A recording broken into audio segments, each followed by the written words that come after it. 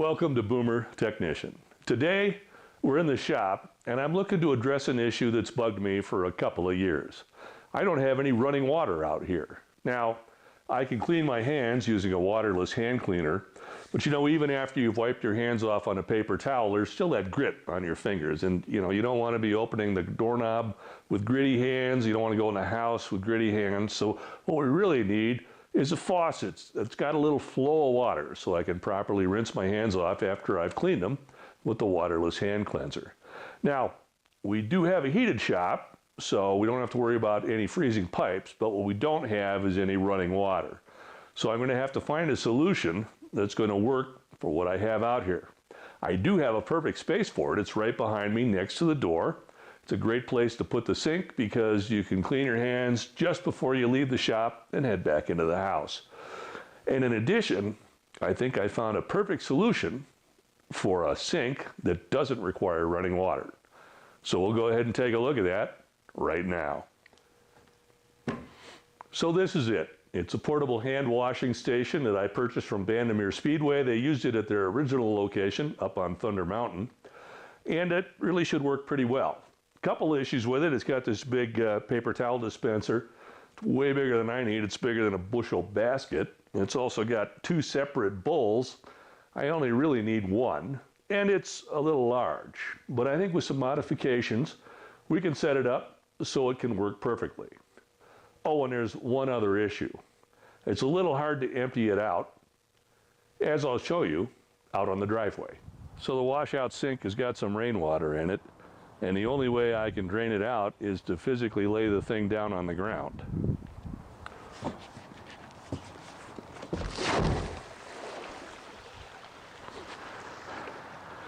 Now that's not going to work very well in my shop, especially in the winter. So before we start modifying this, let's see how it's put together. The body's made up of three separate pieces. This holds the paper towels and has the faucet outlets, the water outlets.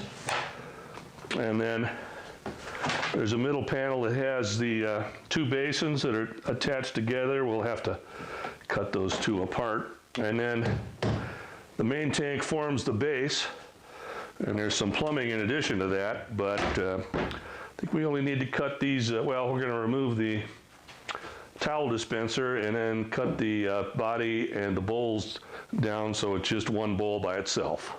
Well, the water outlets didn't want to unscrew from the top, but I think we can deal with that.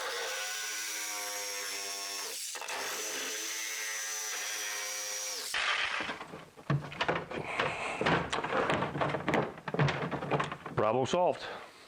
Well, I think this screw holds the hinges together and they nest into each other, so by taking the screw out, we can undo the hinge. You know what? Time for the saber saw.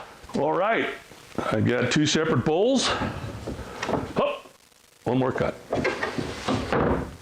All right, let's try this again. We've got one bowl and two bowls.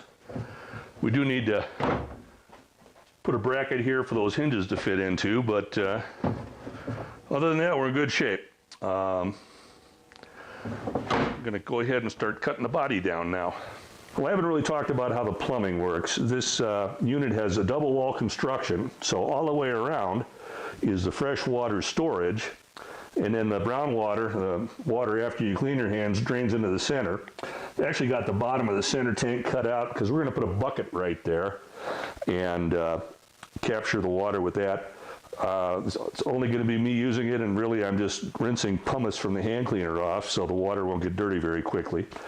It's a little flimsy, not too bad, but I'm going to go ahead and run a 2x4 across here and run a pair of screws in to reinforce it, and then build up that hinge there, and the construction will be done, and all that's left from there is for me to put my own plumbing in and put a faucet head on with a piece of sheet steel or something. All right, time to put a hinge on the bowl.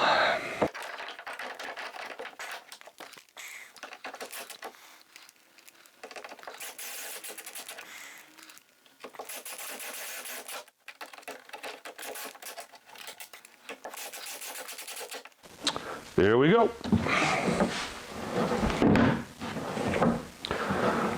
Fantastic. Next, we want to put a couple of screws into the 2x4 reinforcement.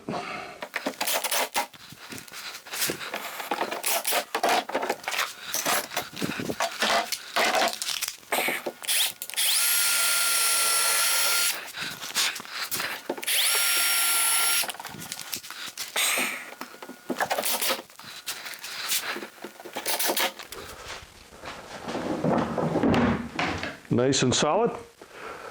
All that's left is to plumb the faucet.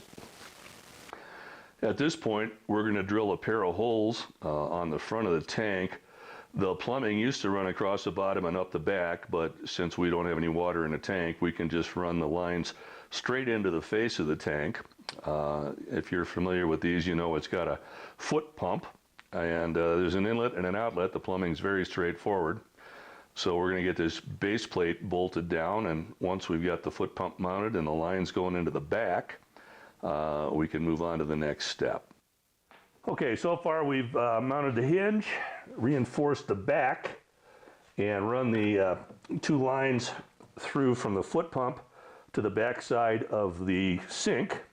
So the next thing I've done is put these 3 bricks in, partially to weigh it down and also to bring the bucket up a little higher. And so this is our 5-gallon bucket. This is going to take the water out and it's going to drain back in, so it's just going to recirculate. That should work fine for my needs. And I went with a 5-gallon bucket because the bigger the bucket, the more the water weighs when you got to load it in here. So I think this bucket, 5-gallon bucket's about 25 pounds. That's a perfect size for me. All right, we're at the so close to finished we can taste it stage. So here's our spray head. Put on a bracket. We've got the tube running through the cover and lining up right over the drain. So that's perfect. And 4 screws. And we've got it mounted.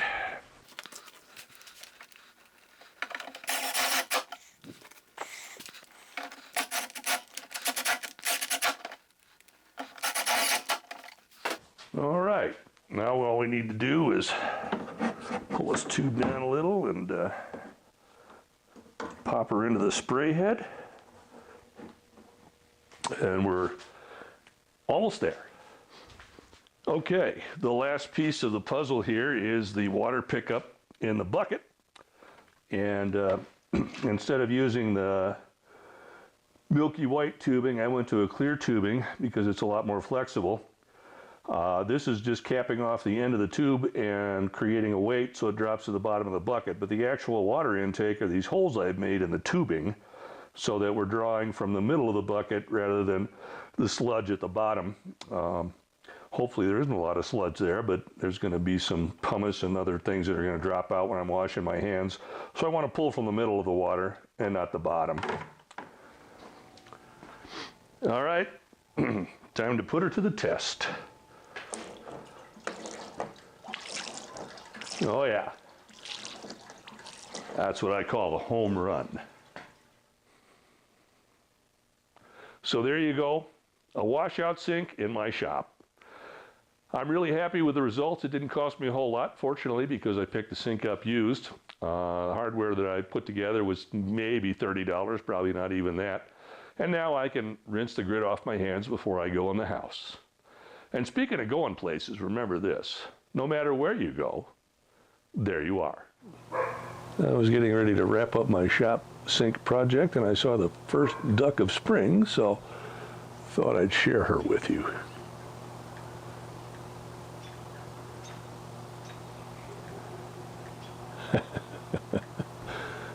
Pretty much a statue.